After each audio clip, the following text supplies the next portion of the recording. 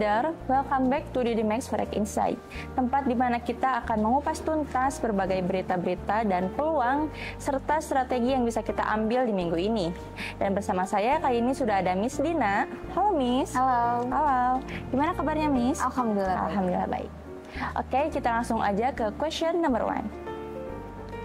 Apa potensi dampak dari rilis core CPI dan CPI Amerika Serikat pada Selasa malam terhadap USD, Miss? Oke, untuk rilis CPI dan core CPI ini akan menjadi sorotan utama pada minggu ini, gitu ya, karena keduanya ini diperkirakan naik sebanyak 0,3% gitu kan, yang menunjukkan adanya tekanan inflasi yang masih cukup kuat kayak gitu. Nah, jika angka aktualnya itu lebih besar atau lebih tinggi daripada ekspektasinya, maka ini itu bisa berpeluang untuk USD-nya itu meningkat gitu kan, menguat gitu.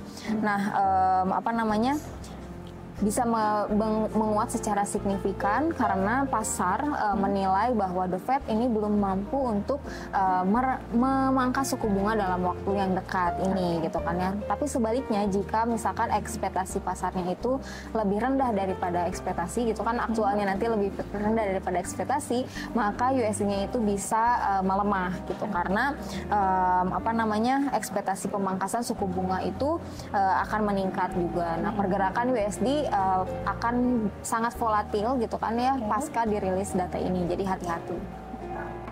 Next question number 2. Seberapa penting data Claimants Conscience Inggris yang akan dirilis pada tanggal 13 Mei bagi GBP, Miss? Nah, data ini mengukur jumlah klaim tunjangan pengangguran di Inggris ya. Dan ini juga sangat sensitif terhadap kondisi pasar tenaga kerja di Inggris. Nah, forecast ini menunjukkan kenaikan ya di 22,3 ribu dari sebelumnya itu di 18,7 ribu gitu kan. Nah, ini bisa mengindikasikan melemahnya pasar tenaga kerja. Nah, jika aktualnya itu lebih tinggi daripada ekspektasi, maka hal ini tuh bisa menjadi sinyal bahwa ekonomi Inggris sedang kehilangan momentumnya gitu kan. Dan GDP itu kemungkinan cenderung akan tertekan karena ekspektasi kebijakan moneternya, pelonggaran moneternya itu akan meningkat gitu. Next question number 3. Apa yang diantisipasi dari pidato Gubernur BOI Bailey pada Selasa malam, Miss? Nah, pidato Bailey ini itu bisa menjadi penentu arah GBP ke depannya. Nah, pasar itu akan mencari petunjuk gitu kan ya tentang sikap BOE terhadap inflasi juga dan suku bunga kayak gitu. Nah, jika nada pidatonya itu nanti hawkish gitu kan, misalnya menyebutkan inflasi masih butuh penanganan yang ketat, maka GBP ini bisa mendapatkan dukungan gitu kan, akan bisa menguat kayak gitu kan.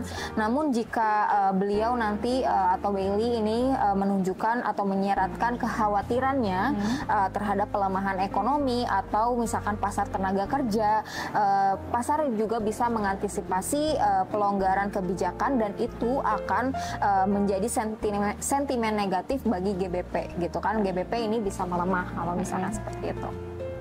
Oke, next question number 4. Apa yang diharapkan dari data Wage Price Index Australia pada Rabu pagi, Miss? Nah, data ini tuh penting ya karena menunjukkan apakah ada tekanan inflasi dari sisi upah kayak gitu kan. Nah, forecast itu berada di 0,8%, naik dari 0,7% kayak gitu kan. Nah, jika aktualnya nanti lebih tinggi daripada ekspektasinya, itu akan memperkuat atau menguatkan AUD-nya ya, Australian dollarnya, karena pasar akan melihat potensi juga kenaikan suku bunga dari RBA kayak gitu.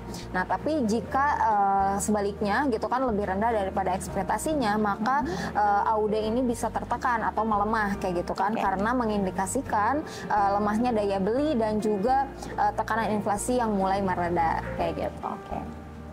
Oke, next question number 5. Bagaimana prospek data employment change dan unemployment rate Australia pada Kamis nih, Miss?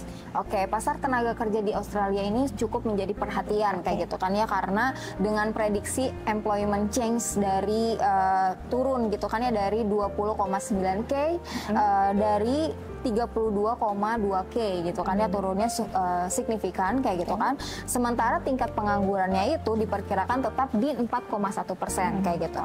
Nah, nanti jika data aktualnya lebih besar atau menunjukkan tekanan tajam gitu kan di lapangan kerja atau lonjakan pengangguran kayak gitu, nah Australian dollar itu berpotensi untuk melemah gitu kan.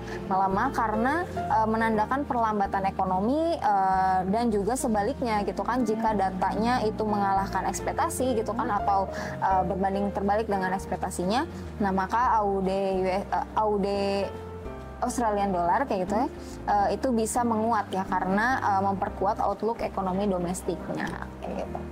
Apa ekspektasi pasar terhadap GDP di bulanan Inggris, Miss? Oke, GDP man per month itu diprediksi stagnan di 0% gitu kan ya, GDP Inggris. Nah, turun dari pertumbuhan 0,5% sebelumnya, dari sebelumnya. Nah, jika data aktualnya itu menunjukkan kontraksi gitu kan, ini tuh bisa menjadi sinyal awal resesi gitu kan, teknikal, resesi teknikal, dan GBP itu akan sangat rentan terhadap tekanan jual kayak gitu. Namun jika mengejutkan dengan angka positif, nah pasar ini bisa menilai ekonomi Inggris masih bisa tangguh gitu kan ya, dan ini bisa juga menopang penguatan GBP di tengah kekhawatiran inflasi dan tenaga kerja di sana. Next question number 7, apa yang perlu diperhatikan dari rilis data inflasi dan konsumsi Amerika Serikat pada hari Kamis malam, Miss? Oke, kombinasi rilisnya core PPI, dan juga retail sales ini akan menjadi indikator penting ya untuk arah ekonomi Amerika Serikat ke depannya. Ini akan menjadi combo gitu kan ya, rilis di news ini gitu kan ya. Nah, semua data itu diperkirakan positif gitu kan, tapi lebih rendah dari sebelumnya kayak gitu. Nah, ini jika semua hasilnya lemah gitu kan, pasar ini bisa membaca ini sebagai tanda bahwa inflasi dan juga konsumsi itu mulai melambat gitu kan, dan membuka peluang untuk pemangkasan suku bunga kayak gitu oleh The Fed nanti ke depannya kayak gitu. Nah, ini bisa melemahkan USD atau US dollar gitu kan ya secara menyeluruh kayak gitu. Nah, dan sebaliknya juga hasil yang kuat itu bisa memperkuat keyakinan bahwa ekonomi Amerika Serikat itu tetap tangguh dan memperpanjang kekuatan dolarnya atau USD-nya gitu. Last question, apa fokus pasar terhadap data UOM, customer sentiment, dan inflation expectation di Jumat malam, Miss? Oke, sentimen konsumen diprediksi naik ke 53,1. Nah, ini menandakan sedikit peningkatan optimisme masyarakat kayak gitu kan. Nah, tapi yang lebih menariknya adalah ekspektasi inflasi di 6,5% kayak gitu kan.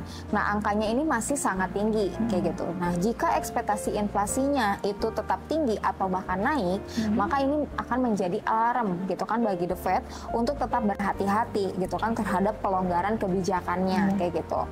Nah, USD itu masih bisa tetap kuat jika pasar menilai tekanan inflasinya itu masih belum sepenuhnya terkendali kayak gitu. Nah, itu dia traders beberapa dampak dari data-data yang akan rilis di minggu ini dan berbagai peluang strategi yang bisa dimanfaatkan. So, jangan lupa untuk tetap like, komen, serta share agar kamu gak ketinggalan untuk episode-episode berikutnya dari Forex Insight. Bersama saya Melinda dan saya Dina. Sampai jumpa. Bye-bye.